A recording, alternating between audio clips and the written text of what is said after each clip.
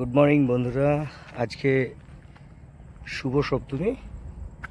আজকে সপ্তমীর দিনে আমি চলে এসেছি একদম ভারতবর্ষেরই আরেকটি অঙ্গরাজ্য ঝাড়খণ্ডে। ইতিমধ্যেই রয়েছি ঝাড়খণ্ডের ডিমনা লেকে। ঠিক আমার পেছনেই রয়েছে সেই পাহাড় ঘেরা ডিমনা লেক। চারপাশ দিয়ে এই ডিমনা লেককে ঘিরে রয়েছে ছোট ছোট পাহাড়।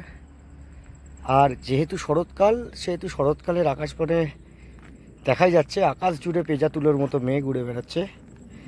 আর সাথে এই ডিমনা লেক, এই ডিমনা লেকের জলই কিন্তু এখানে যে একটা ড্যাম আছে, সেই জলটা এখানে সংরক্ষণ করা হয় এবং সেই জলই সমস্ত এই জামশেদপুর অর্থাৎ টাটানগর জুড়ে সমস্ত টাটানগর যে সমস্ত অধিবাসীরা আছে তাদের পানীয় জল এখান থেকে কিন্তু সরবরাহ করা হয়।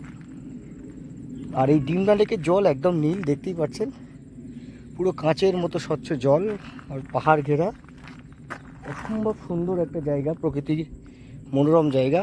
আর যদি চারপাশটা দেখেন, সেই চারপাশটা পুরো বনাঞ্চলে ঘেরা, শাল, শিমুল, বিভিন্ন ধরনের গাছ এখানে ঘেরা রয়েছে।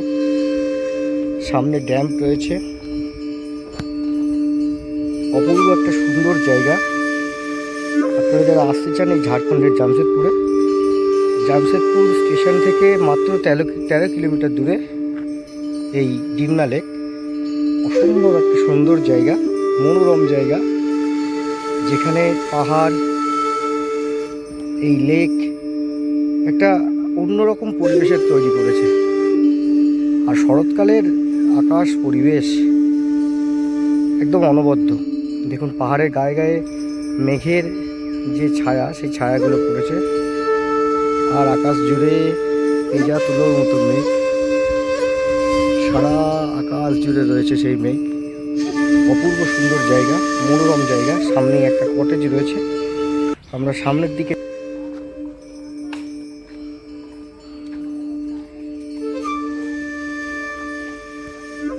সেই কটেজ, এখানে পর্যটকরা এসে তারা রাত্রিবাস করতে পারে।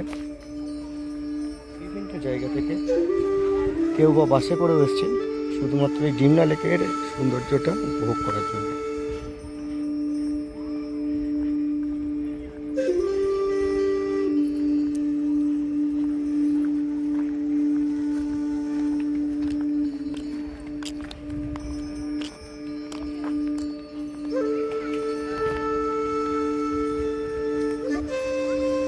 দেখুন গেটগুলো আপাতত লক করা আছে।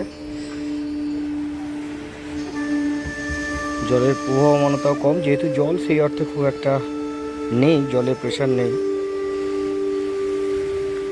এই হচ্ছে ডিমনা।